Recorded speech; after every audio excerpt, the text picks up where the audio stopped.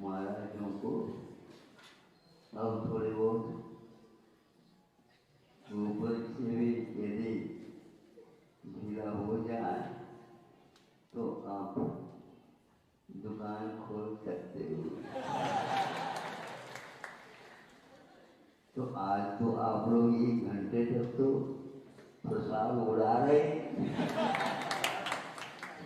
हैं, इसलिए तो हम भी सुनते रहे, लेकिन बाधा न हो इसलिए तो हम पीछे बैठ करके क्या क्या होता है। दुकान तब चलती है सेल्समैन अच्छे होते हैं। हाँ, तो ये ऐसे ही बांट रहे हैं। जब तक इस प्रकार प्रशिक्षण देने वाले नहीं होते तो सामने के लिए जो है लोग उसको स्वीकारते नहीं। इतना अवश्य है कि कथाओं के साथ, महापुरुषों के घटनाओं के साथ वक्तव्य को जोड़ते हैं तो उसमें एक प्रकार से रस आता है, अथवा यूं कह लो वो पचता है। बीच बीच में इस प्रकार के प्रवचनों से, चर्चाओं से, उससे बच्चों के ऊपर भी इसका प्रभाव आगे पड़ता है। इसलिए आप लोग बच्चों के ऊपर जब कभी भी आपको समय मिले उसका अवश्य प्रयोग करना चाहिए। यहाँ पर महाराज ने एक शब्द कहा कि स्थान बंजर है। कैसे बंजर है?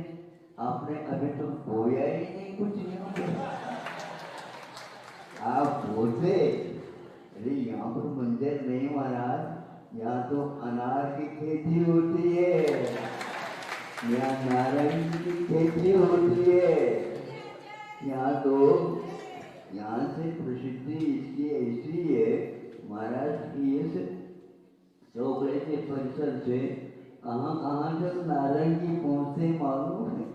रंगीन होते हैं नारंगी यहाँ के।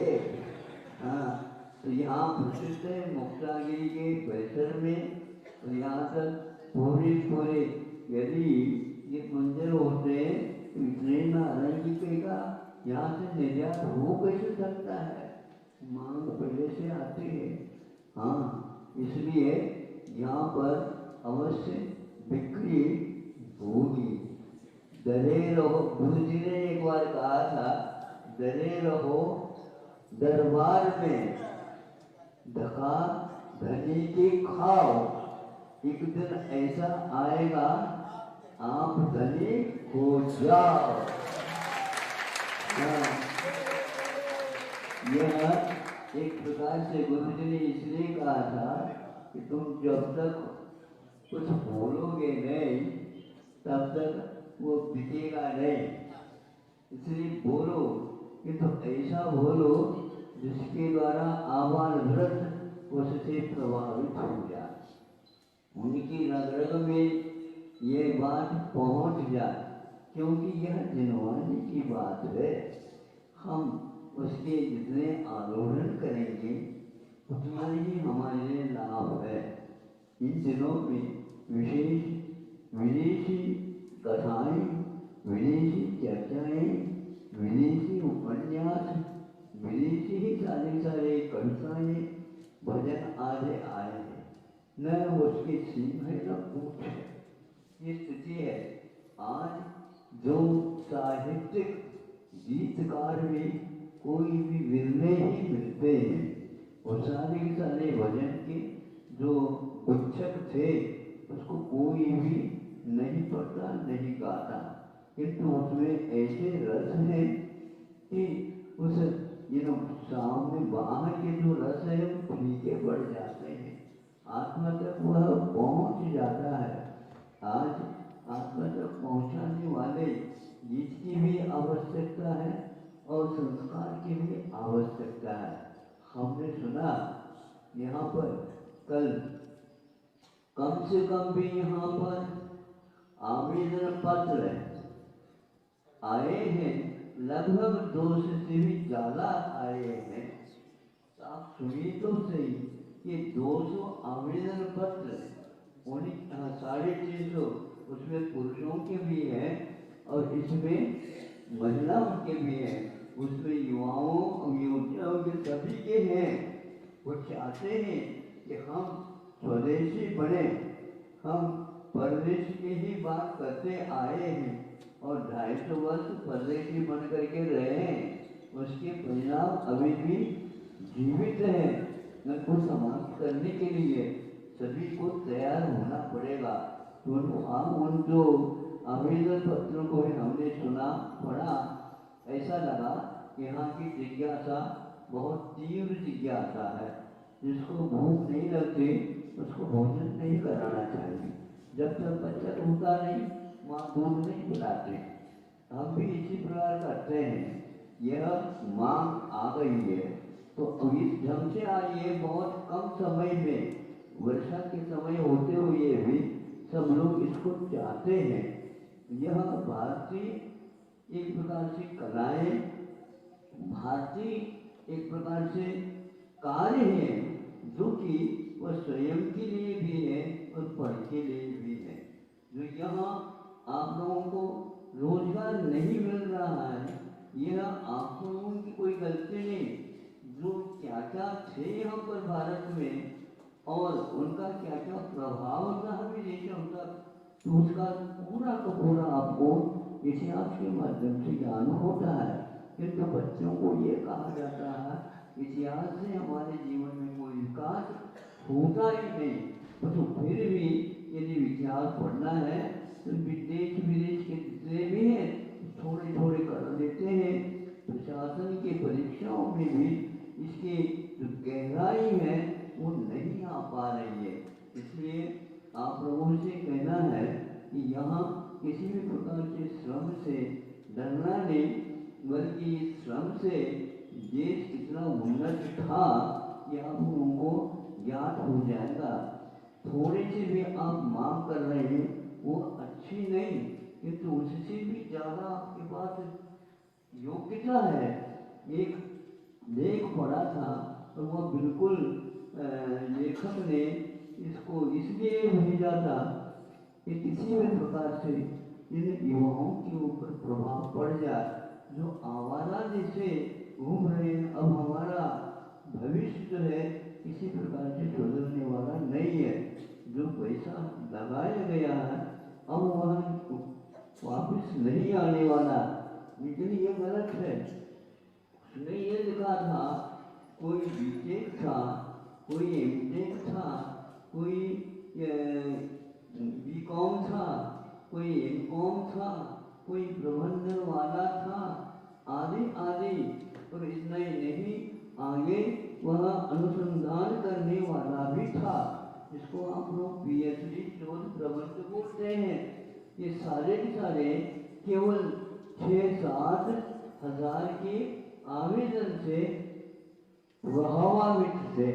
ये 6-7 हजार तो यहाँ पर अभी जो आवेदन किए हैं इनके लिए शुरुआत से ही देना है कम से कम 300 रुपये, ताकि वे इसमें श्रम करें और स्पर्धा के साथ में थोड़े से आगे दौड़ लगाते हैं तो इनके बाद कम से कम भी 10-20 हजार का वेतन अपने आप ही एक महीने में आ सकता है और आ रहा है। इसको सुनकर के सभी लोग हैरान होंगे। हैरान होने की बात नहीं है। 5-6 महीने की भी कोई आवश्यकता नहीं, बस परिश्रम करेंगे आप, निश्चित रूप से उसमें निष्णात हो जाएंगे और दूसरे को भी समझाने की, दिखाने की, सिखाने की कला आपके पास आएगी। इस प्रकार प्रशिक्षित होकर के दूसरे को भी प्रशिक्षित करने का आप पुरुषार्थ करिए। निश्चित रूप से भारत बहुत जल्दी वह पुनः उठ करके खड़ा हो जाएगा। आप लोग खड़ा होना चाहते हो क्या नहीं? हाँ, तो दुनिया में बहुत दूर तक यहाँ की कलाएं पहुँचती थी और बाजार जो है इन सामानों से ही भरा हुआ रहता था, आप लोग भूल गए, अथवा यूं कह लो समाज के कारण आप लोगों को यही अच्छा लग रहा नहीं। इस प्रकार यदि हो जाएगा तो आबादी तो बढ़ती चली जाएगी आपकी, किंतु यहाँ पर योग्यता नहीं होने के कारण नहीं, किंतु उसका उपयोग नहीं होने के कारण यहाँ का चित्रण अतीत का जैसा था वैसा बन नहीं पाएगा। किंतु सरकार भी काफी इस दिशा में प्रयत्न कर रही है। ये आप लोगों का कर्तव्य है, उस बच्चे को संस्कार करो और निश्चित रूप से वो भागेगा, और ऐसे भागेगा कि आपसे डर करके नहीं भागेगा, किंतु बांटने के लिए भागेगा। वो नहीं समझे, भारत से सब कुछ बंटता था, यहाँ पर यदि आता था तो केवल हीरा जौहरी वाला मोती मानिक सोना चांदी यहाँ पर आता था।